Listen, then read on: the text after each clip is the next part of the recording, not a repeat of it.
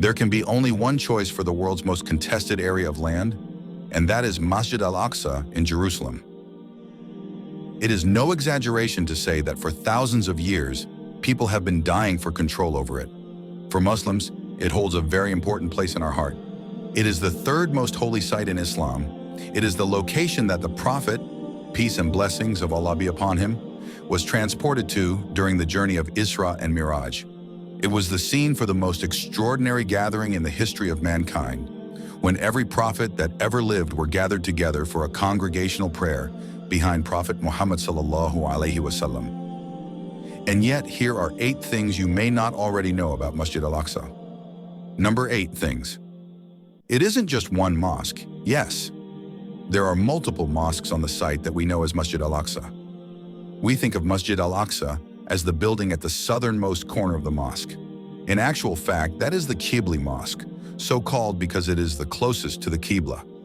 The whole mount is Masjid al-Aqsa and is sometimes referred to the Haram al-Sharif to prevent confusion. But there are other mosques present on the site which are usually connected to historical incidents, e.g. the Burak Masjid, the Marwani Masjid, and more. Stay tuned until the end of this video because the last fact is the best one yet. You won't want to miss it. And while you're here, if you're enjoying the content, make sure to subscribe to Prophetpathformuslim and hit the bell icon so you never miss an update. Let's dive into the next amazing things. Number 7 things. It is a burial ground. There is no record of how many prophets and sahabas of the Prophet sallallahu alaihi wasallam are buried there, but there are certainly many. For instance, Prophet Sulaiman alayhi salam is possibly buried there, since we know that a prophet is always buried where he died, and he alayhi salam died while supervising the construction of the previous building in some traditions. Number 6 things. It was a garbage dump. In the period of time when no Jews were allowed to live in the city, the mainly Roman inhabitants used the area of the masjid as a garbage dump. When Umar radiallahu anhu liberated the city, he cleared the trash with his bare hands. He also ended the centuries-old exile of the Jews and invited 70 families of a nearby refugee village back into Jerusalem, giving them the right to return after centuries in exile, a favor that our cousins seem to have forgotten. Number 5 things. Al-Ghazali lived and wrote his magnum opus there. One of the most famous books in Islamic literature is Ihya Ulum al-Din by the great scholar of Islam, Abu Hamid al-Ghazali. He is a man that is revered by all schools of thought for his ability to plunge into the depths of the human soul, whilst remaining anchored to Quranic and prophetic teachings. What most people don't know is that Al-Ghazali, for a time, lived in Masjid al-Aqsa and wrote the book whilst there. A building in the masjid marks the site of his old room. Number 4 things. It was used as a stable, palace, and execution chamber. When the first Crusaders took Jerusalem, they found the majority of the Muslim population locked up in Masjid al-Aqsa. They slaughtered roughly 70,000 of them and then converted the Qibli Masjid into a palace, the Dome of the Rock into a chapel, and the underground chambers into a stable. Muslims who survived the initial massacre were later crucified on a large cross placed near the center of the masjid. This was the only cross that was broken by the Salahuddin. The base of the cross can still be seen there today. Number 3 things. It had a legendary mimbar. Nuruddin Zengi, one of the greatest heroes in the history of Islam, had a special mimbar, pulpit, built to be installed in Masjid al-Aqsa when it would be eventually retaken from the Crusaders. You have to admire his supreme confidence. This mimbar was not only beautiful, but it was made without using a single nail or lick of glue. Sadly, Nuruddin did not live to see victory, but his protege Salahuddin fulfilled the wish of his teacher, and after liberating Jerusalem for the second time in the history of Islam, installed the mimbar.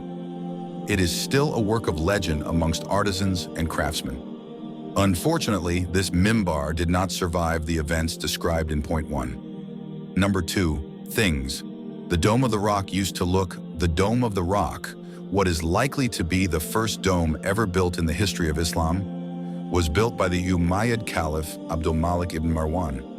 It started life wooden with either a brass, lead, or ceramic cover, but almost 1,000 years later, during the reign of the Ottoman Caliph Suleiman the Magnificent, The distinctive gold layer was added to the dome, along with the Ottoman tiles to the facade of the building. Number 1, things. It has been burnt down. Ever wonder what would happen if Masjid al-Aqsa was violated?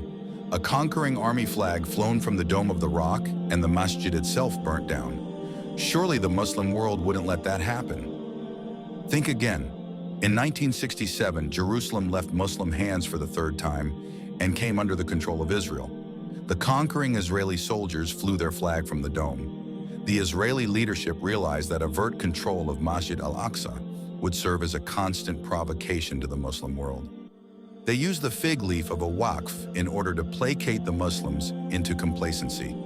In 1969, an Australian Zionist set fire to the Mimbar of Nuruddin and the Qibli Mosque itself. The resulting inferno enveloped the entire Qibli Mosque. The Muslim world awoke to scenes from the worst of nightmares. Desperate Palestinians tried to put out the flames in any way they could. An entire ummah hung their head in shame.